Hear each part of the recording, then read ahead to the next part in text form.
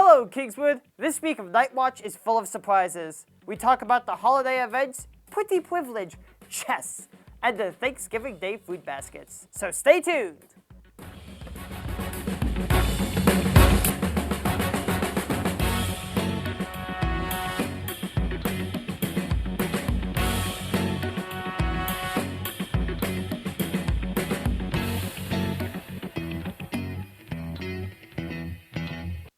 Greetings, Kingswood. We're your hosts, Paige Caruso and Keegan Quinn, bringing you another fantastic episode of Night Watch.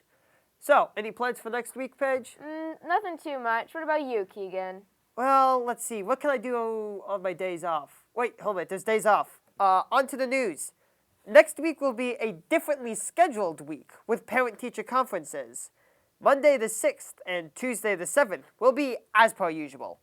Wednesday the 8th will be an early release day for students. The rest of the day is parent-teacher conferences. Thursday the 9th has no school, once again for conferences. And Friday the 10th has no school in honor of Veterans Day. Please be sure to thank a veteran for their services. Attention all Kingswood girls. The annual Dig Pink flag football game is scheduled for Tuesday, November the 7th. This year will feature the senior and freshman girls versus the junior and sophomore girls. Register today outside of the athletics office. The Student Council is collecting food for the Thanksgiving Day food baskets. These baskets are then given away to those who need it. Recommended food items include canned goods such as vegetables, pie fillings, cranberry sauce, and gravy, or baking packages such as stuffing, bread, or pie crust mixes. The class that turns in the most food will receive breakfast with coffee, hot chocolate, and donuts.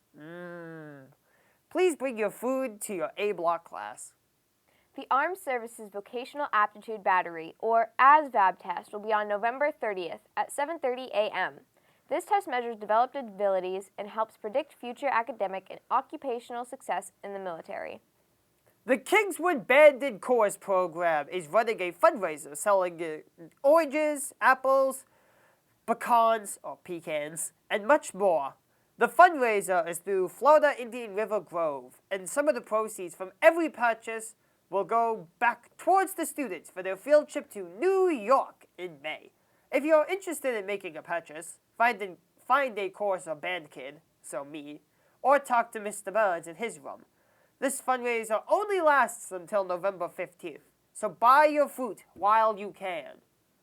Did you know that the Kingswood Theater Department will be telling a tale as old as time? Their production of Beauty and the Beast is Friday, November 17th at 7 p.m., Saturday, November 18th at 2 p.m. along with 7 p.m., and Sunday, November 19th at 2 p.m. in the Kingswood Art Center. There will be pictures with the cast after all two performances.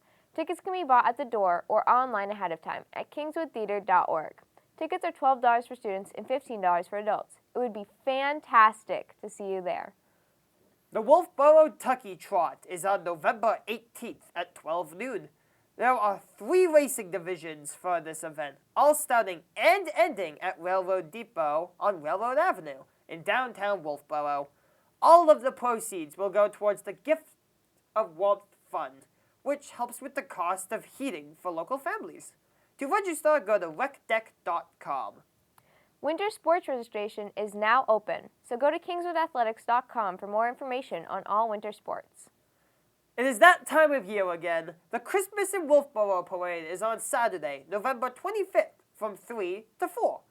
Come enjoy a festive day ending with the parade and Santa himself. On December the 1st, the Kingswood Band and Chorus will perform their holiday concert. The concert will start at 7 p.m. And congratulations to all the sports teams in the playoffs. And now, our professional sports correspondent, who loves nothing more than professional sports, Laura Fernandez. Thank you, Keegan and Paige. Congratulations to our Athletes of the Week. Our female Athlete of the Week is Anissa DeRocher. Anissa has been a shutdown midfielder all season. Anissa's impact on the field was instrumental in the girls' 1-0 win against last year's state champions in Pelham. That win locked in a playoff spot for the girls' program for the first time in 13 years. Nicely done, Anissa. Our male Athlete of the Week is Liam Rushnott from varsity football. Liam had multiple tackles with speed and tenacity this past Friday versus Monadnock. Liam also recovered a fumble which he took in the house. Great job, Liam. I'm Laura Fernandez, and back to the desk. Thank you, Laura. Now, we'll go to my amazing co-host, Paige Caruso, on her segment Exploring Biases. Today, she's talking about pretty privilege. Have you ever been told that it's beauty on the inside that counts? And of course, it is. But really, we typically do judge books by their covers. According to Cooves, there's a science to beauty, and it's that science that gets many people far ahead in life. You have probably heard the term pretty privilege before, and if you haven't, it's exactly what it sounds like. Pretty privilege is the concept that pretty people are more likely to live an easier life, just because they're pretty. And this is actually a proven concept. Attractive people are scientifically more likely to get jobs, succeed in school, and life overall. But what features makes a person beautiful? What are the common elements that can make one considered attractive? According to Cooves, the most sought-after faces and models are one who fall in line with specific aspect ratios. For example, the ideal female jawline from a frontal view is approximately 142 degrees. Take model Gigi Hadid. She has a jaw that measures 141.9 degrees for a frontal view. There are many other aspects that can go into attractiveness, such as eye distance, nose and jaw harmony, symmetry, where fat is stored in your face, and much more. In the end, being attractive all comes down to balance and facial harmony. The most perplexing idea is that to be beautiful, you need to be above average. This is hard when people believe that the average for beauty is a 7 on a 10-point scale. To be above average, you need to be a 9 or a 10, the absolute top of the scale. For most people, being average means unattractive. To be considered a 5 is an insult. So, why does being pretty matter? We preach that beauty is only skin deep. That's only personality that matters. However, studies have shown that attractive people are treated better. This is part of the halo effect, that to be beautiful is to be good. Since we believe goodness goes with beauty, we treat them well because we believe they are good. Forbes magazine describes pretty privilege as a paradox, that pretty people may be treated better, but they are not always thought to be better. According to the Journal of Psychology and Social Physiology, attractive people are typically perceived to be more vain than people considered to be less attractive. However, some people believe that attractiveness is a negative quality. Model Emily Adana claims that her looks have mainly given her negative attention, that she has been frequently harassed sexually because of her looks. She also claims that she has been told that she is too pretty for the corporate world. Pretty privilege is a very complex topic. Some believe in it, others don't. Some refuse to believe that they benefit from it, while others embrace it wholeheartedly. Either way, our outward appearance does make a very large impact on the way others see us, but our inside beauty matters just as much. Wow, what an informative segment. And now, our senior professional of foodology, with 13 years of experience in multiple New York Times bestseller award-winning books on school lunch food, Abby Morin. Ronald McDonald and friends in the Hamburglar Touch. Rabble cheeseburgers. That Hamburglar wishes everything he touches would turn to McDonald's cheeseburgers. Cheeseburger. Touch. Cheeseburger. Touch. Rob a big cheeseburger. Don't touch Grimace. Ah, boy. Touch my face. Rather. It's a good time for the great taste. You haven't touched your cheeseburger.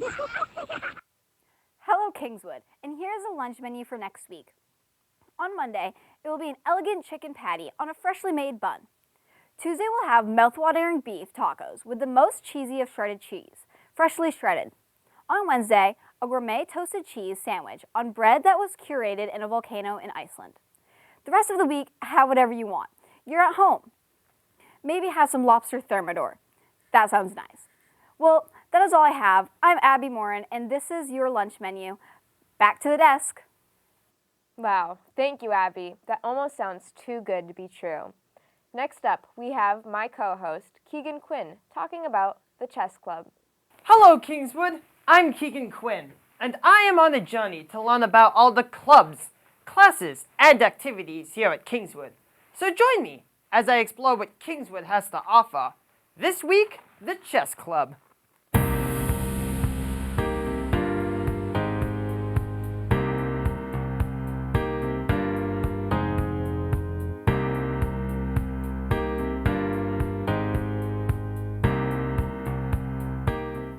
On Exploring Kingswood this week, we go from the Tech Center to the Art Center to the Chess Club. The Chess Club is run by Mr. Garthia and his run-doing task every Friday. The Chess Club started last year by the request of students. Many kids wanted a time to play chess, and Mr. Garthia happily provided. The club is open to chess players of all skill levels. Mr. Garthia will teach kids how to play, starting with endgame drills. This is where he sets up a scenario with only a few pieces on the board that allows the student the opportunity to learn how to win. These drills help show the kid how the pieces move, what goals to walk to, what pieces to move where, which pieces to take out, and what to watch out for. These drills will get progressively harder until you get to full games. Don't worry, he always tries to make all games as fair as possible. Some kids are also very skilled at the game and will have longer matches. That is an interesting part of chess. The difference in time is based on the balance of the players and their skills. This makes it so a game could last 5 minutes or all of task. Something I learned while at Chess Club. In professional chess, every game is worth 1 point. If you win, you get the full point. If you tie, you'll get half a point. And if you lose, you don't receive a point. This means that when you're playing a game, and you realize it isn't in your favor, keep trying and go for the tie. It's more fun, along with a better score. This club is not a full-time commitment, so you don't need to go every week. But if you have a free Friday, go check it out. Who knows, maybe you are better at chess than you think. Well, would you look at the time? I'm off to go play chess with Paige.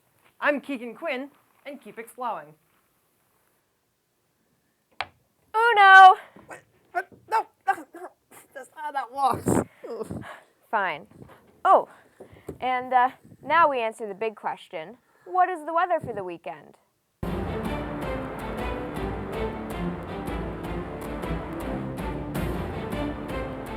Hello everyone, I'm Curtis Sheffer, and here's your weather for the weekend. Friday will be mostly sunny with a high of 52 degrees and a low of 38 degrees. Saturday will be mostly cloudy and a high of 54 degrees. Sunday will be partly cloudy, but Sunday will be also the warmest day of the weekend with a high of 56 degrees. Still cold, but it's okay. All right, let's go back to the desk. And here is the fantastically amazing Genius Boy Mastermind, the boy who wants to blow up New Jersey, Gabriel Giesler, talking about Loki. Hello, Kingswood. My name is Gabe Giesler, and for this week at Night Watch, I'm going to talk about Loki, a personal favorite series of mine. This series is about Loki, a former villain that got captured by a timeline group called the TVA. This group follows orders by Kang the Conqueror. He's trying to take over everything. Time, universes, your dog, planets, you name it. I love this series so much, mostly because it goes for something different. It goes for a villain as the main character, and it's the most multiverse focused series I've ever seen, which I love. Let's talk specifically about the most recent episode, though. So, episode 4, season 2, I loved this episode a lot. The opening for this episode is very straightforward. We don't even get to finish the Marvel opening. We just get right to the start of the episode. This episode of Loki also starts off like it did back in season 1 on episode 6, which worries me a little bit because if it's the same as episode 6 a little bit, then it could mean that it's the end of the season. But they would never leave us on a cliffhanger. No, they'd never do that. I wish. This episode also had me thinking that Miss Minutes had turned into a serial killer. I mean, did you see that prisoner scene? That was probably the worst thing that Renslayer and Miss Minutes could have done. I mean, we all saw the smile that Miss Minutes had when she turned on that machine. Oh yeah, I almost forgot. Victor Timely got destroyed in this episode. Poor guy probably only got 5 steps in before he got obliterated. But when the cliffhanger happened, that was probably one of the craziest cliffhangers I have ever seen. So, Victor Timely, Miss Minutes, Renslayer, Dachshund, her crew, besides that one guy, are all dead. And the whole TVA plus Loki and Sylvie were all just gonna die was pretty cool. Then that cut to black gave me big chills. I don't really know why, but it did. So if you haven't watched this series and you have Disney Plus, go check it out. The entire series is fun and clever and keeps you guessing. So that was my thoughts on Loki for this week. But now we head back to the desk. Wow, thank you, Genius Boy Mastermind, for teaching us about Loki. This just in, there will be a peer outreach meeting Friday morning at 7 a.m. in Miss Kelleher's room, number 208. Thank you so much for tuning in this week of Night Watch. We have been your anchors, Paige Caruso and Keegan Quinn. And one final surprise for our amazing viewers. We will now be playing a clip from Kingswood stock. So now, presenting our Belle for Kingswood Theater's production of Beauty and the Beast, Kaitlyn Cooper. Enjoy!